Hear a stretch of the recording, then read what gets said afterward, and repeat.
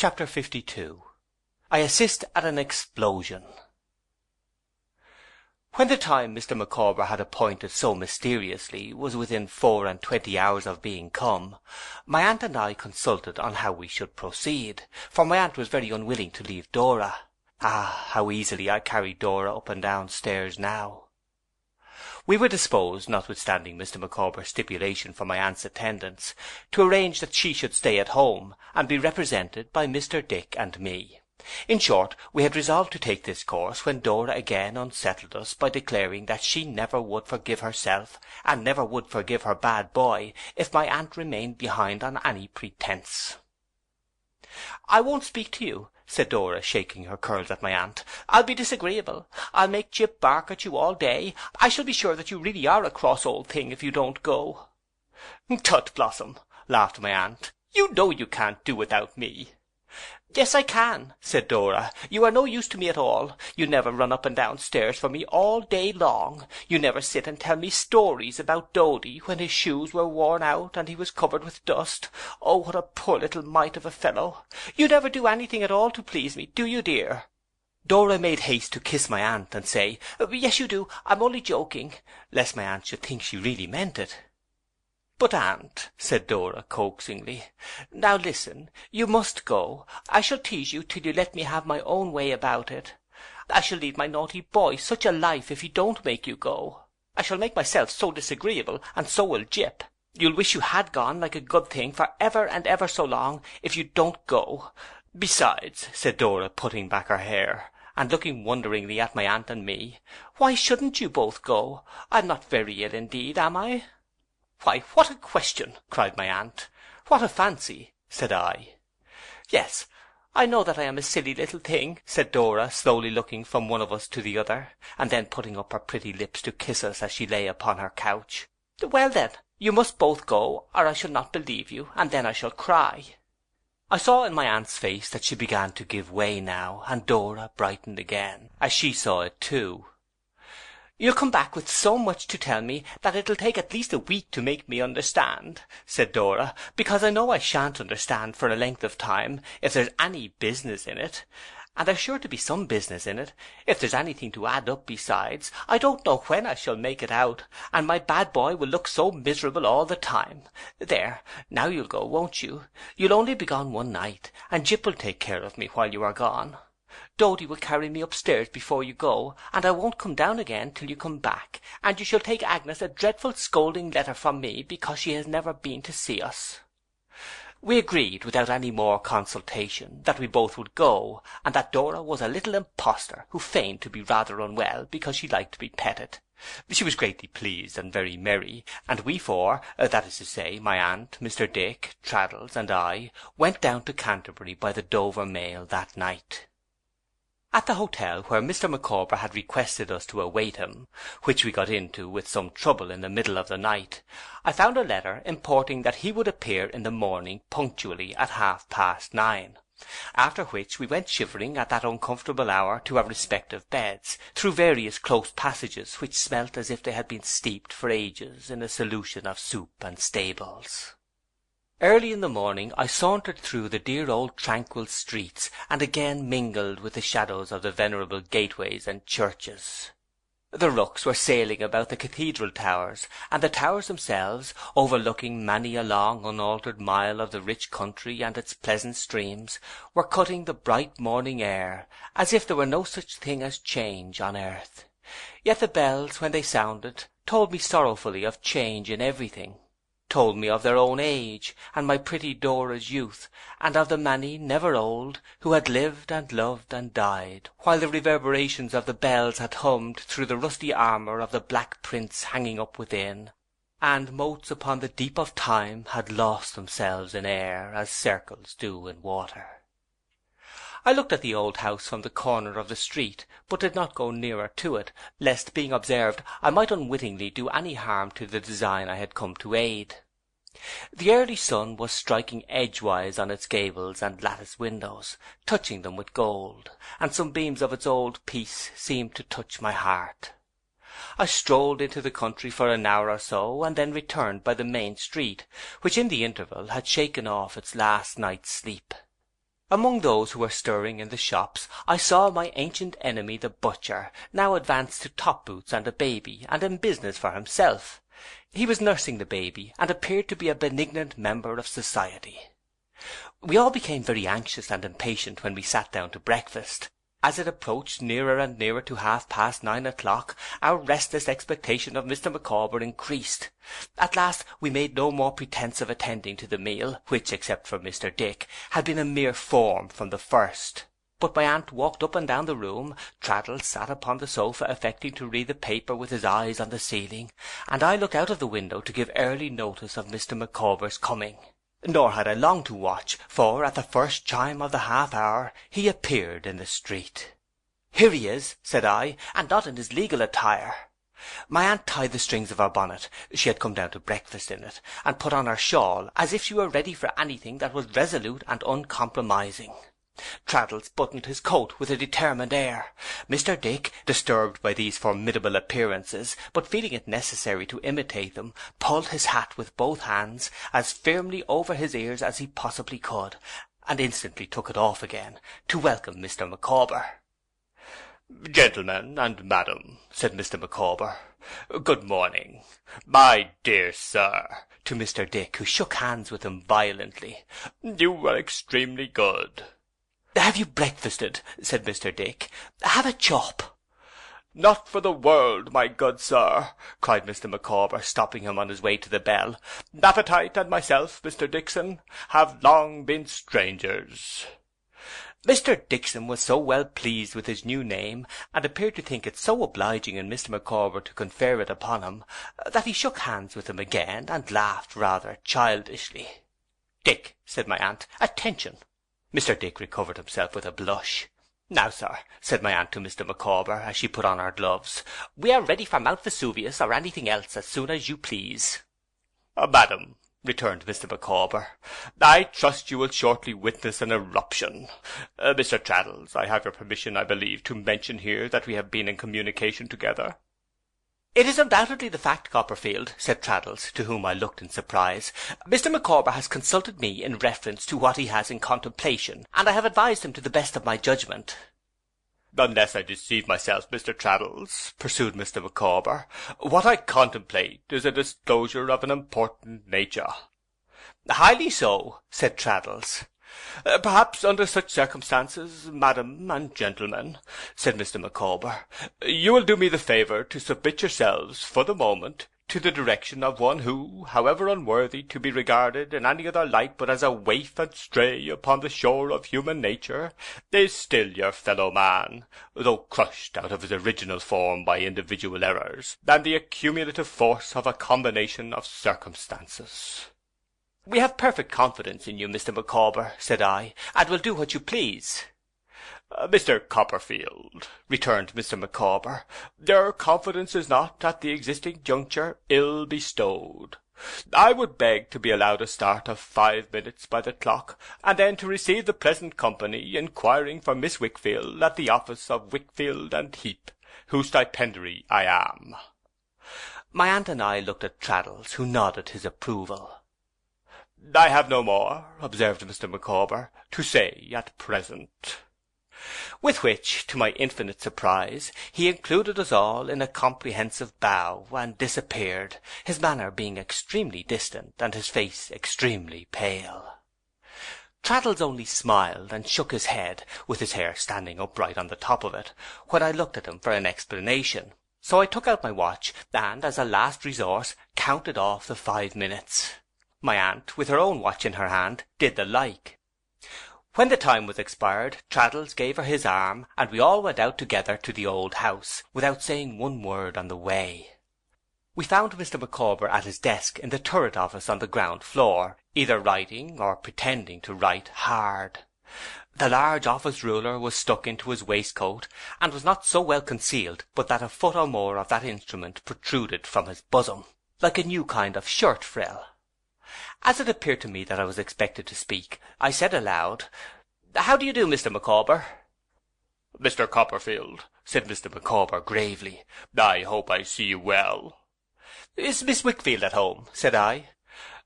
Mr. Wickfield is unwell in bed, sir, of a rheumatic fever," he returned. "But Miss Wickfield, I have no doubt, will be happy to see old friends. Will you walk in, sir?" He proceeded us to the dining-room, the first room I had entered in that house, and, flinging open the door of Mr. Wickfield's former office, said in a sonorous voice, "Miss Trotwood, Mr. David Copperfield, Mr. Thomas Traddles, and Mr. Dixon." I had not seen Uriah Heep since the time of the blow. Our visit astonished him, evidently, not the less, I dare say, because it astonished ourselves. He did not gather his eyebrows together, for he had none worth mentioning, but he frowned to that degree that he almost closed his small eyes, while the hurried raising of his grisly hand to his chin betrayed some trepidation or surprise. This was only when we were in the act of entering his room, and when I caught a glance at him over my aunt's shoulder. A moment afterwards he was as fawning and as humble as ever. "Well, I am sure," he said, "this is indeed an unexpected pleasure. To have, as I may say, old friends around St. Paul's at once is a treat unlooked for. Mr. Copperfield, I hope I see you well, and, if I may humbly express myself so, friendly towards them as is ever your friends, whether or not. Mrs. Copperfield, sir, I hope she's getting on. We have been made quite uneasy by the poor accounts we have had of her state lately, I do assure you." I felt ashamed to let him take my hand, but I did not know yet what else to do. "Things have changed in this office, Miss Trotwood, since I was an humble clerk and held your pony, ain't they?" said Uriah with his slickest smile. "But I am not changed, Miss Trotwood." "Well, sir," returned my aunt, "to tell you the truth, I think you are pretty constant to the promise of your youth, if that is any satisfaction to you." "Thank you, Miss Trotwood," said Uriah, writhing in his ungainly manner, "for your good opinion. Micawber, tell them to let Miss Agnes know, and mother. Mother will be quite in a state when she sees the present company," said Uriah, setting chairs. "You are not too busy, Mr. Heep," said Traddles, whose eye the cunning red eye accidentally caught, as it at once scrutinized and evaded us. "Now, Mr. Traddles," replied Uriah, resuming his official seat and squeezing his bony hands, laid palm to palm between his bony knees. "Not so much as I could wish, but lawyers, sharks, and leeches are not easily satisfied, you know.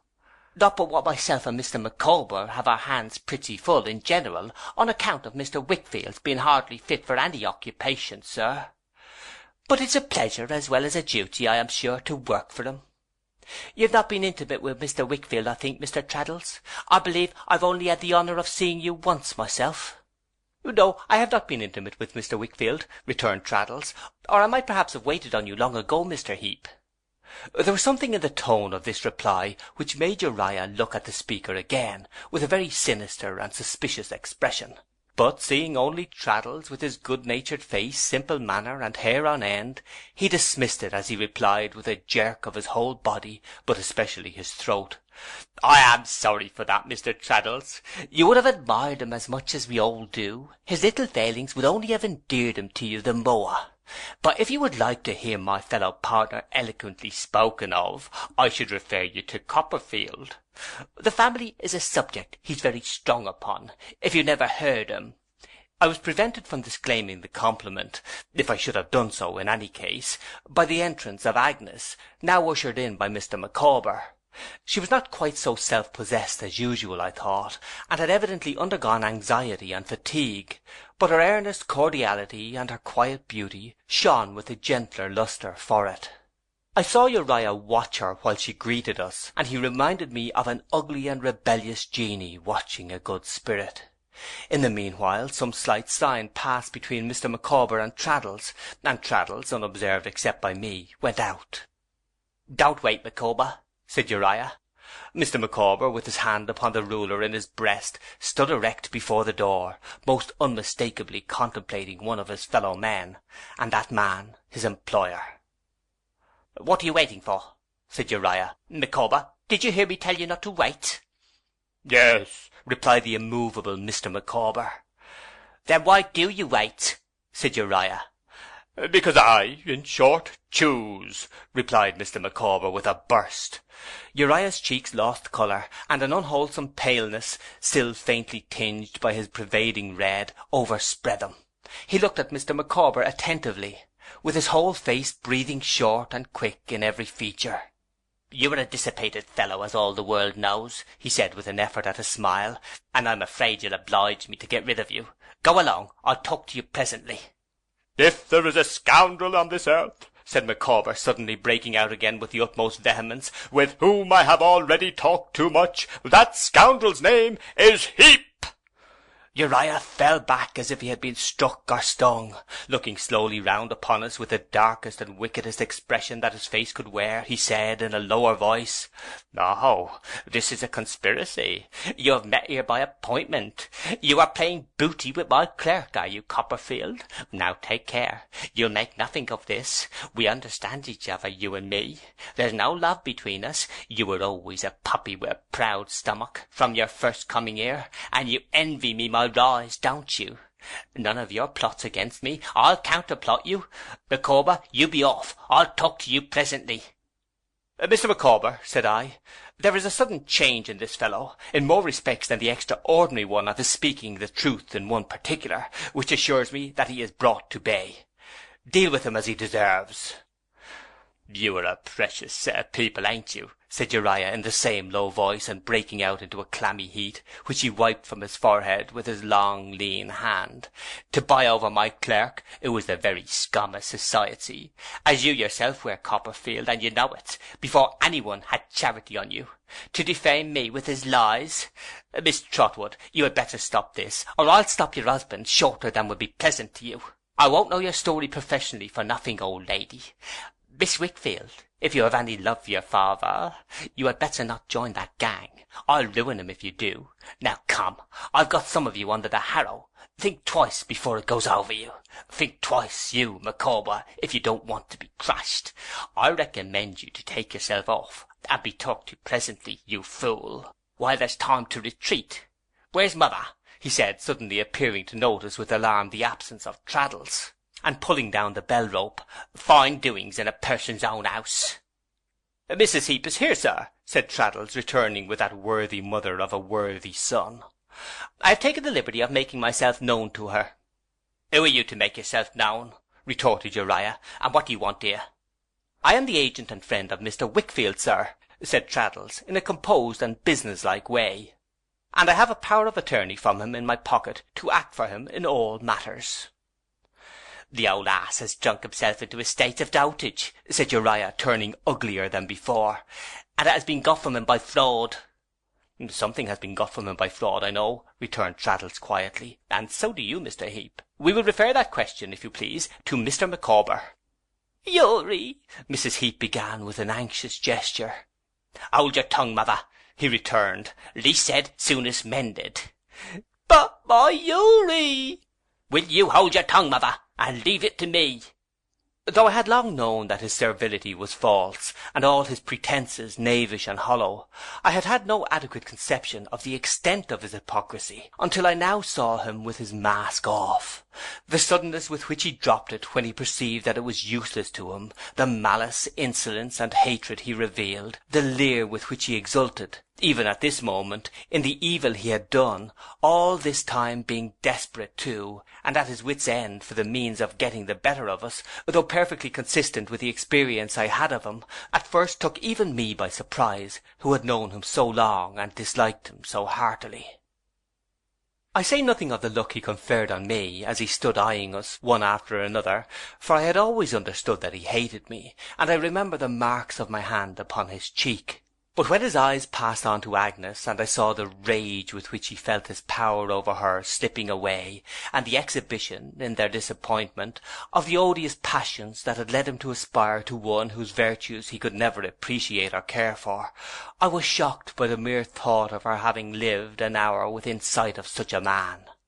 After some rubbing of the lower part of his face, and some looking at us with those bad eyes over his grisly fingers, he made one more address to me, half whining and half abusive.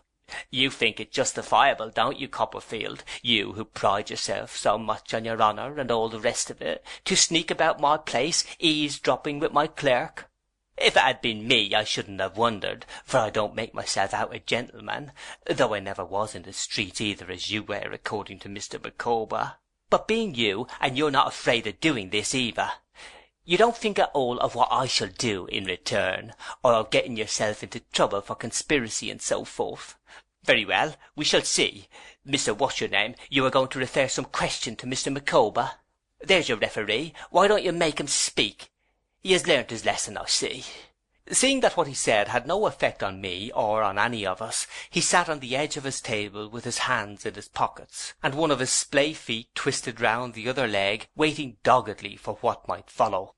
Mr. Micawber, whose impetuosity I had restrained thus far with the greatest difficulty, and who had repeatedly interposed with the first syllable of "scoundrel," without getting to the second, now burst forward, drew the ruler from his breast, apparently as a defensive weapon, and produced from his pocket a foolscap document folded in the form of a large letter. Opening this packet with his old flourish, and glancing at the contents, as if he cherished an artistic admiration of their style of composition, he began to read as follows. "Dear Miss Trotwood and gentlemen." "Bless and save the man!" exclaimed my aunt in a low voice. "He'd write letters by the ream if it was a capital offence." Mr. Micawber, without hearing her, went on. "In appearing before you to denounce probably the most consummate villain that has ever existed," Mr. Micawber, without looking off the letter, pointed the ruler like a ghostly truncheon at Uriah Heep, "I ask no consideration for myself, the victim from my cradle of pecuniary liabilities to which I have been unable to respond. I have ever been the sport and toy of debasing circumstances. Ignominy, want, despair, and madness have, collectively or separately, been the attendants of my career." The relish with which Mr. Micawber described himself as a prey to these dismal calamities was only to be equalled by the emphasis with which he read his letter, and the kind of homage he rendered to it with a roll of his head when he thought he had hit a sentence very hard indeed. "In an accumulation of ignominy, want, despair, and madness, I entered the offence, or, as our lively neighbour the Gaul would term it, the bureau of the firm, nominally conducted under the appellation of Wickfield and Heep, but in reality wielded by Heep alone. Heep, and only Heep, is the mainspring of that machine. Heep, and only Heep, is the forger and the cheat." Uriah, more blue than white at these words, made a dart at the letter, as if to tear it in pieces. Mr. Micawber, with a perfect miracle of dexterity or luck, caught his advancing knuckles with the ruler, and disabled his right hand. It dropped at the wrist as if it were broken. The blow sounded as if it had fallen on wood. "The devil take you!" said Uriah, writhing in a new way with pain. "I'll be even with you." "Approach me again, you heap of infamy!" gasped Mr. Micawber. "And if your head is human, I'll break it. Come on, come on!" I think I never saw anything more ridiculous, I was sensible of it even at the time, than Mr. Micawber making broadsword guards with the ruler and crying, "Come on!" while Traddles and I pushed him back into a corner, from which, as often as we got him into it, he persisted in emerging again. His enemy, muttering to himself after wringing his wounded hand for some time, slowly drew off his neckerchief and bound it up, then held it in his other hand and sat upon his table with his sullen face looking down. Mr. Micawber, when he was sufficiently cool, proceeded with his letter. "The stipendiary emoluments in consideration of which I entered into the service of Heep," always pausing before the word and uttering it with astonishing vigour, "were not defined beyond the pittance of 22 shillings and 6 per week. The rest was left contingent on the value of my professional exertions. In other and more expressive words, on the baseness of my nature, the cupidity of my motives, the poverty of my family, the general moral, or rather immoral, resemblance between myself and Heep. Need I say that it soon became necessary for me to solicit from Heep pecuniary advances towards the support of Mrs. Micawber and our blighted but rising family? Need I say that this necessity had been foreseen by Heep, that those advances were secured by IOUs and other similar acknowledgments, known to the legal institutions of this country, and that I thus became enmeshed in the web he had spun for my reception?" Mr. Micawber's enjoyment of his epistolary powers in describing this unfortunate state of things really seemed to outweigh any pain or anxiety that the reality could have caused him. He read on. Then it was that Heap began to favour me with just so much of his confidence as was necessary to the discharge of his infernal business. Then it was that I began, if I may so Shakespeareanly express myself, to dwindle, peak, and pine. I found that my services were constantly called into requisition for the falsification of business, and the mystification of an individual whom I will designate as Mr. W. That Mr. W. was imposed upon, kept in ignorance, and deluded in every possible way, yet that all this while the ruffian, Heap, was professing unbounded gratitude to, and unbounded friendship for, that much abused gentleman. That was bad enough, but, as the philosophic Dane observes, with that universal applicability which distinguishes the illustrious ornament of the Elizabethan era, worse remains behind. Mr. Micawber was so very much struck by his happy rounding off with a quotation, that he indulged himself and us with a second reading of the sentence, under pretence of having lost his place.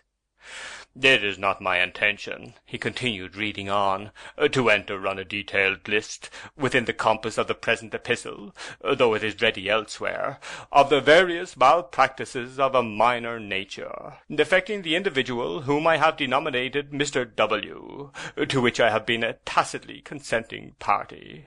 My object, when the contest within myself between stipend and no stipend, baker and no baker, existence and non-existence, ceased, was to take advantage of my opportunities to discover and expose the major malpractices committed to that gentleman's grievous wrong and injury by Heap, stimulated by the silent monitor within, and by a no less touching and appealing monitor without, to whom I will briefly refer as Miss W., I entered a not unlaborious task of clandestine investigation, protracted now, to the best of my knowledge, information, and belief, over a period exceeding 12 calendar months." He read this passage as if it were from an Act of Parliament, and appeared majestically refreshed by the sound of the words. "My charges against Heap," he read on, glancing at him and drawing the ruler to a convenient position under his left arm in case of need, "are as follows." We all held our breath, I think. I am sure Uriah held his.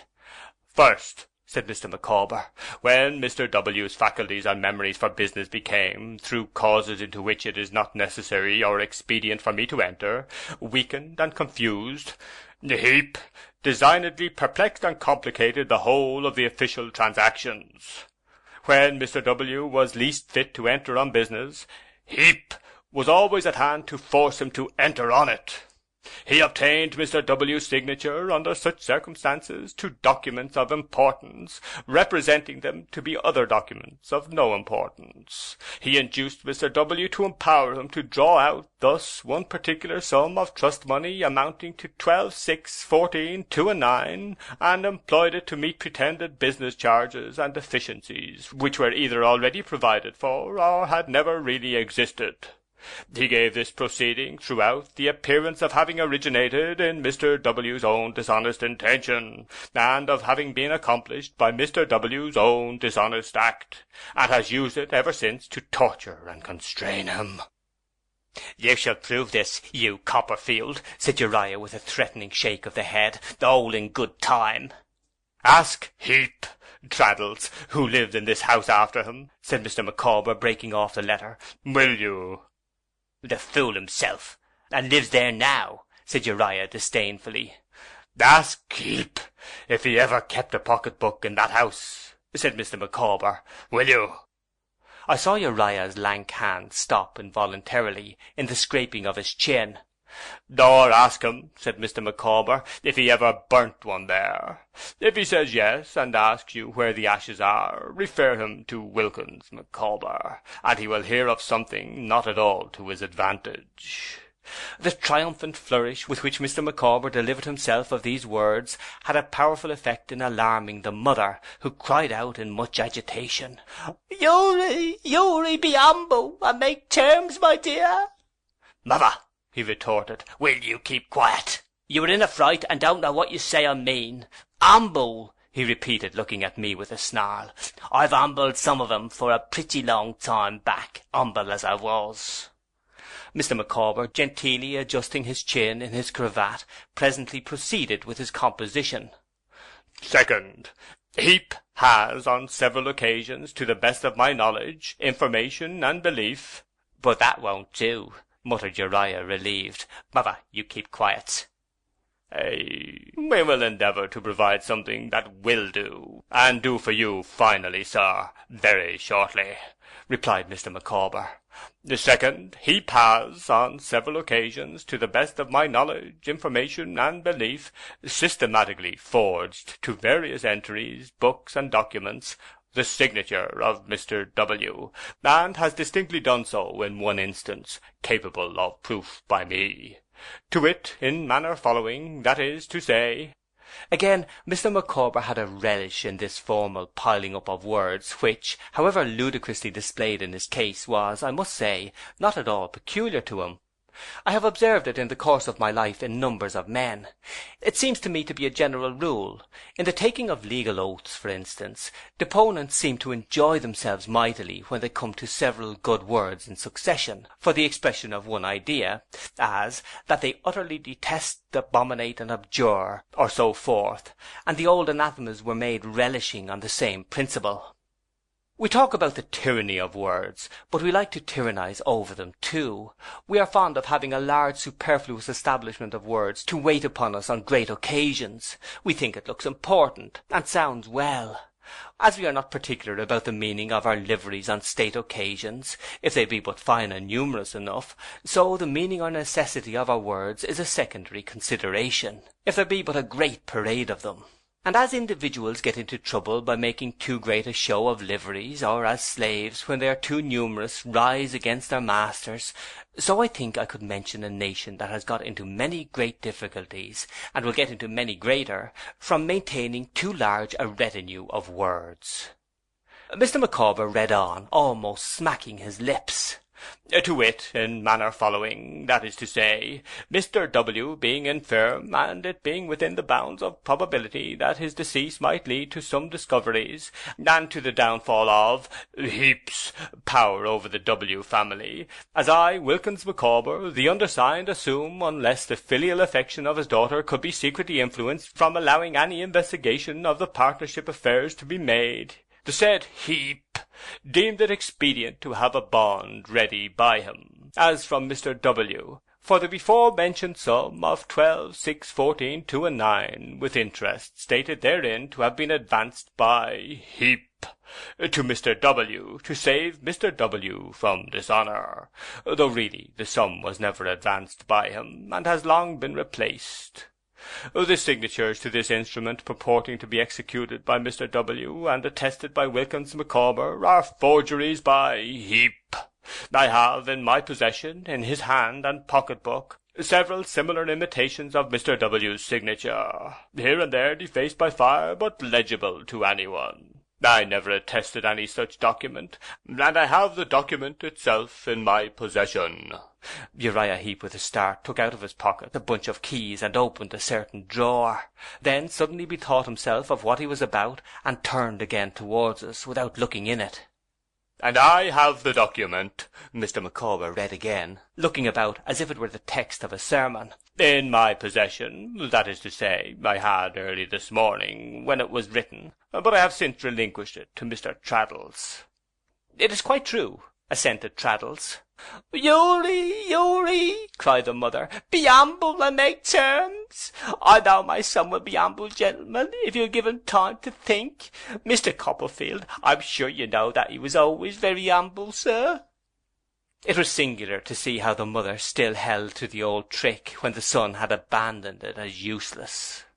"Mother," he said with an impatient bite at the handkerchief in which his hand was wrapped, "you had better take and fire a loaded gun at me." "But I love you, Uri," cried Mrs. Heep. And I have no doubt she did, or that he loved her, however strange it may appear, though, to be sure, they were a congenial couple. "And I can't bear to hear you provoking the gentleman, and endangering of yourself more.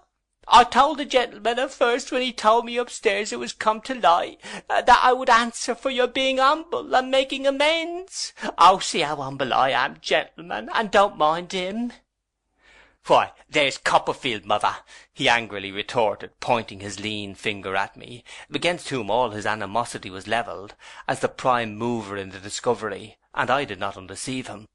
There's Copperfield, who would have given you £100 to say less than you've blurted out. I can't help it, Uri, cried his mother. I can't see you running into danger through carrying your head so high. Better be humble, as you always was.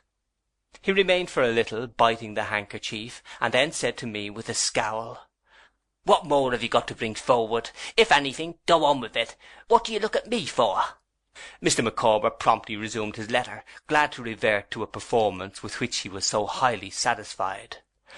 Third and last, I am now in a condition to show by heaps false books and heaps real memoranda, beginning with the partially destroyed pocket-book, which I was unable to comprehend at the time of its accidental discovery by Mrs. Micawber on our taking possession of our present abode, in the locker or bin devoted to the reception of the ashes calcined on our domestic hearth, that the weaknesses, the faults, the very virtues, the parental affections, and the sense of honour of the unhappy Mr. W. have been for years acted on by and warped to the base purposes of heap.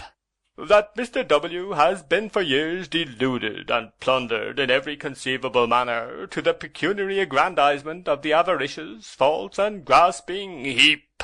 That the engrossing object of heap was, next to gain, to subdue Mr. and Miss W.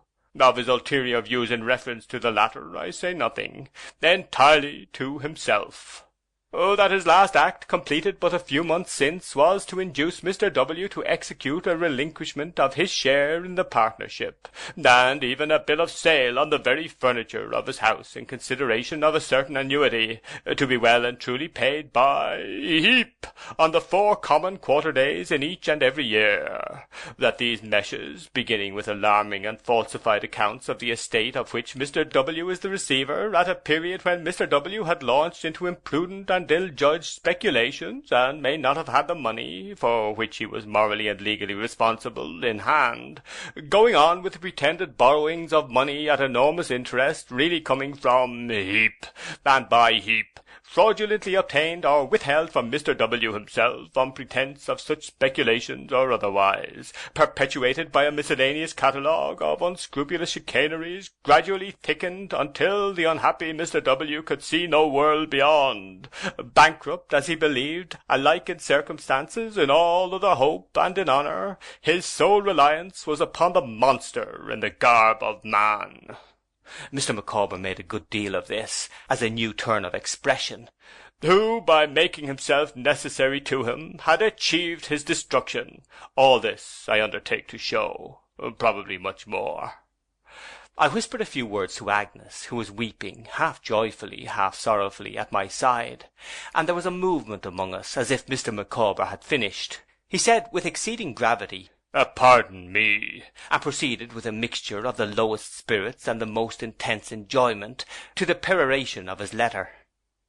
I have now concluded. It merely remains for me to substantiate these accusations, and then, with my ill-starred family, to disappear from the landscape on which we appear to be an encumbrance. This is soon done. It may be reasonably inferred that our baby will first expire of inanition, as being the frailest member of our circle, and that our twins will follow next in order. So be it. For myself, my Canterbury pilgrimage has done much. The imprisonment on civil process and want will soon do more. I trust that the labour and hazard of an investigation, of which the smallest results have been slowly pieced together, in the pressure of audacious avocations, under grinding penurious apprehensions, at rise of morn, at dewy eve, in the shadows of night, under the watchful eye of one whom it were superfluous to call demon, combined with the struggle of parental poverty to turn it, when completed, to the right account, may be as the sprinkling of a few drops of sweet water on my funeral pyre. I ask no more. Let it be, in justice, merely said of me, as of a gallant and eminent naval hero, with whom I have no pretensions to cope, that what I have done I did, in despite of mercenary and selfish objects, for England, home, and beauty, remaining always Wilkins Micawber. Much affected, but still intensely enjoying himself, Mr. Micawber folded up his letter and handed it with a bow to my aunt as something she might like to keep. There was, as I had noticed on my first visit long ago, an iron safe in the room. The key was in it. A hasty suspicion seemed to strike Uriah, and with a glance at Mr. Micawber he went to it and threw the doors clanking open. It was empty. "Where are the books?" he cried with a frightful face. "Some thief has stolen the books." Mr. Micawber tapped himself with the ruler. "I did, when I got the key from you as usual, but a little earlier, and opened it this morning." "Don't be uneasy," said Traddles. "They have come into my possession. I will take care of them, under the authority I mentioned." "You receive stolen goods, do you?" cried Uriah. "Under such circumstances," answered Traddles, "yes." What was my astonishment when I beheld my aunt, who had been profoundly quiet and attentive, make a dart at Uriah Heep and seize him by the collar with both hands. "You know what I want," said my aunt. "A strait waistcoat," said he. "No, my property," returned my aunt. "Agnes, my dear, as long as I believed it had really been made away with by your father, I wouldn't, and, my dear, I didn't, even to Trot, as he knows, breathe a syllable of its having been placed here for investment. But now I know this fellow's answerable for it, and I'll have it. Trot, come and take it away from him." Whether my aunt supposed, for the moment, that he kept her property in his neckerchief, I'm sure I don't know, but she certainly pulled at it as if she thought so. I hastened to put myself between them, and to assure her that we would all take care that he should make the utmost restitution of everything he had wrongly got.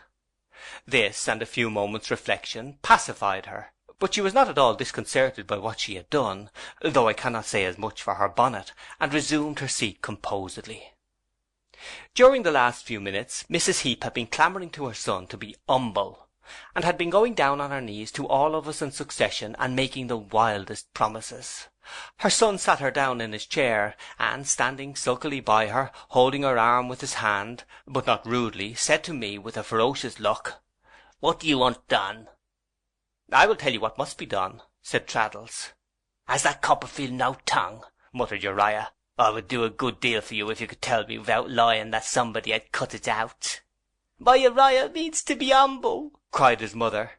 "Don't mind what he says, good gentleman." "What must be done," said Traddles, "is this. First, the deed of relinquishment, that we have heard of, must be given over to me, now, here." "Suppose I haven't got it?" he interrupted. "But you have," said Traddles. "Therefore, you know, we won't suppose so." And I cannot help avowing that this was the first occasion on which I really did justice to the clear head, and the plain, patient, practical good sense of my old schoolfellow. "Then," said Traddles, "you must prepare to disgorge all that your rapacity has become possessed of, and to make restoration to the last farthing. All the partnership books and papers must remain in our possession. All your books and papers, all money accounts and securities of both kinds. In short, everything here." "Must it? I don't know that," said Uriah. "I must have time to think about that." "Certainly," replied Traddles. "But in the meanwhile, and until everything is done to our satisfaction, we shall maintain possession of these things, and beg you, in short compel you, to keep to your own room, and to hold no communication with anyone." "I won't do it," said Uriah with an oath. "Maidstone Jail is a safer place of detention," observed Traddles, "and though the law may be longer in righting us, and may not be able to right us so completely as you can, there is no doubt of its punishing you. Dear me, you know that quite as well as I. Copperfield, will you go round to the Guildhall and bring a couple of officers?"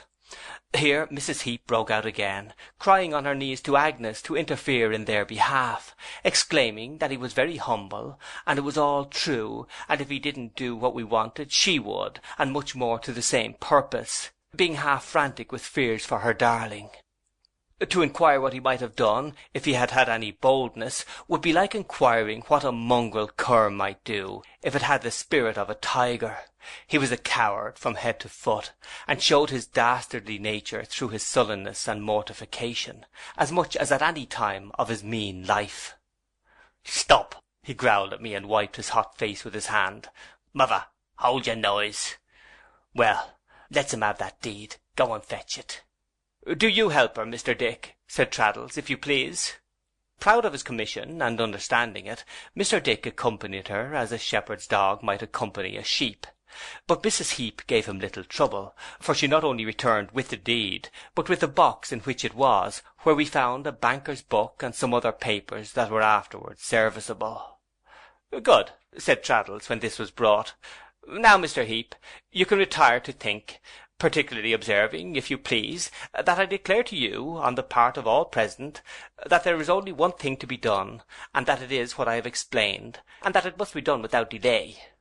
Uriah, without lifting his eyes from the ground, shuffled across the room with his hand to his chin, and pausing at the door, said, "Copperfield, I have always hated you. You've always been an upstart. You've always been against me." "As I think I have told you once before," said I, "it is you who have been, in your greed and cunning, against all the world.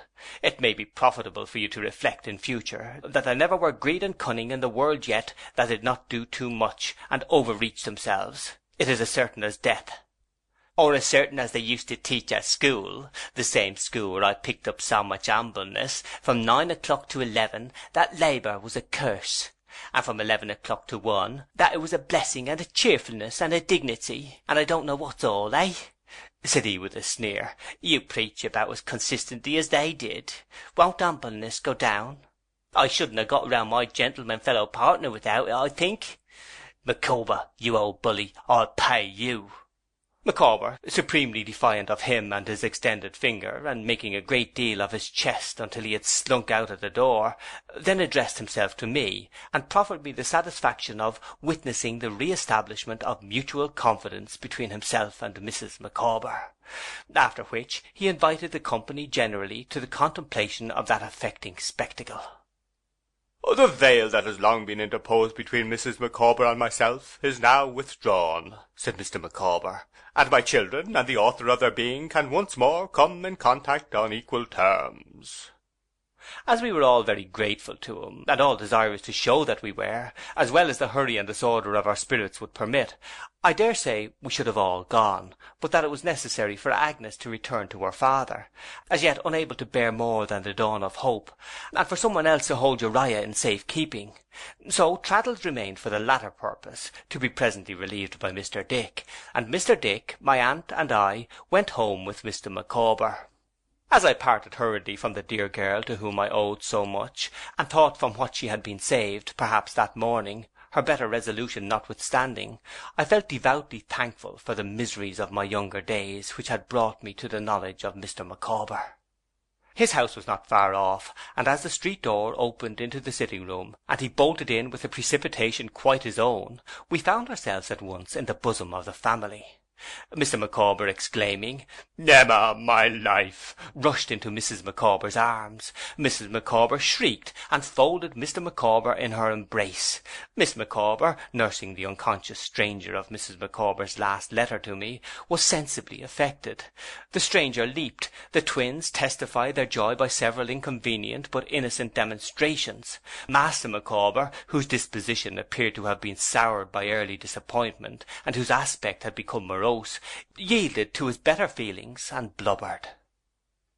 "Emma," said Mr. Micawber, "the cloud is passed from my mind. Mutual confidence, so long preserved between us once, is restored, to know no further interruption. Now, welcome poverty," cried Mr. Micawber, shedding tears. "Welcome misery, welcome homelessness, welcome hunger, rags, tempest, and beggary. Mutual confidence will sustain us to the end." With these expressions, Mr. Micawber placed Mrs. Micawber in a chair, and embraced the family all round, welcoming a variety of bleak prospects which appeared, to the best of my judgment, to be anything but welcome to them, and calling upon them to come out into Canterbury and sing a chorus, as nothing else was left for their support. But Mrs. Micawber having, in the strength of her emotions, fainted away, the first thing to be done, even before the chorus could be considered complete, was to recover her. This my aunt and Mr. Micawber did, and then my aunt was introduced, and Mrs. Micawber recognized me. "Excuse me, my dear Mr. Copperfield," said the poor lady, giving me her hand, "but I am not strong, and the removal of the late misunderstanding between Mr. Micawber and myself was at first too much for me." "Is this all your family, ma'am?" said my aunt. "There are no more at present," returned Mrs. Micawber. Good gracious, I didn't mean that, ma'am," said my aunt. "I mean, are all these yours?" "Madam," replied Mrs. Micawber, "it is a true bill." "And that eldest young gentleman, now," said my aunt, musing. "What has he been brought up to?" "It was my hope when I came here," said Mr. Micawber, "to have got Wilkins into the church, or perhaps I should express my meaning more strictly if I say the choir. But there was no vacancy for a tenor in the venerable pile for which this city is so justly eminent, and he has, in short, he has contracted a habit of singing in public houses, rather than in sacred edifices." "But he means well," said Mrs. Micawber tenderly. "I dare say, my love," rejoined Mr. Micawber, "that he means particularly well, but I have not yet found that he carries out his meaning in any given direction whatsoever." Master Micawber's moroseness of aspect returned upon him again, and he demanded, with some temper, what he was to do, whether he had been born a carpenter or a coach painter any more than he had been born a bird, whether he could go into the next street and open a chemist's shop, whether he could rush to the next assizes and proclaim himself a lawyer, whether he could come out by force at the opera and succeed by violence, whether he could do anything without being brought up to something. My aunt mused a little while, and then said, "Mr. Micawber, I wonder you have never turned your thoughts to emigration." "Madam," returned Mr. Micawber, "it was the dream of my youth, and the fallacious aspiration of my riper years." I am thoroughly persuaded, by the by, that he had never thought of it in his life. "Aye," said my aunt, with a glance at me. "Why, what a thing it would be for yourselves and your family, Mr. and Mrs. Micawber, if you were to emigrate now." "Capital, madam, capital," urged Mr. Micawber gloomily. "That is the principal, I may say the only difficulty, my dear Mr. Copperfield," assented his wife. "Capital!" cried my aunt. "But you are doing us a great service. "Have done us a great service, I may say, for surely much will come out of the fire. And what could we do for you that would be half so good as to find the capital?" "I could not receive it as a gift," said Mr. Micawber, full of fire and animation. "But if a sufficient sum could be advanced, say at 5% interest per annum upon my personal liability, say my notes of hand at 12, 18, and 24 months respectively, to allow time for something to turn up." "Could be, can be, and shall be, on your own terms," returned my aunt, "if you say the word. Think of this now, both of you. Here are some people David knows going out to Australia shortly. If you decide to go, why shouldn't you go in the same ship? You may help each other. Think of this now, Mr. and Mrs. Micawber. Take your time and weigh it well." "There is but one question, my dear ma'am, I could wish to ask," said Mrs. Micawber. "The climate, I believe, is healthy?" "Finest in the world," said my aunt. "Just so," returned Mrs. Micawber. "Then my question arises. Now, are the circumstances of the country such that a man of Mr. Micawber's abilities would have a fair chance of rising in the social scale? I will not say at present might he aspire to be governor or anything of that sort, but would there be a reasonable opening for his talents to develop themselves, that would be amply sufficient and find their own expansion?" "No better opening anywhere," said my aunt, "for a man who conducts himself well and is industrious." "For a man who conducts himself well," repeated Mrs. Micawber, with her clearest business manner, "and is industrious. Precisely. It is evident to me that Australia is the legitimate sphere of action for Mr. Micawber." "I entertain the conviction, my dear madam," said Mr. Micawber, "that it is, under existing circumstances, the land, the only land, for myself and family, and that something of an extraordinary nature will turn up on that shore. It is no distance, comparatively speaking, and though consideration is due to the kindness of your proposal, I assure you that it is a matter of form." Shall I ever forget how, in a moment, he was the most sanguine of men looking on to fortune, or how Mrs. Micawber presently discoursed about the habits of the kangaroo? Shall I ever recall the street of Canterbury on a market day, without recalling him as he walked back with us, expressing, in the hardy roving manner he assumed, the unsettled habits of a temporary sojourner in the land, and looking at the bullocks as they came by,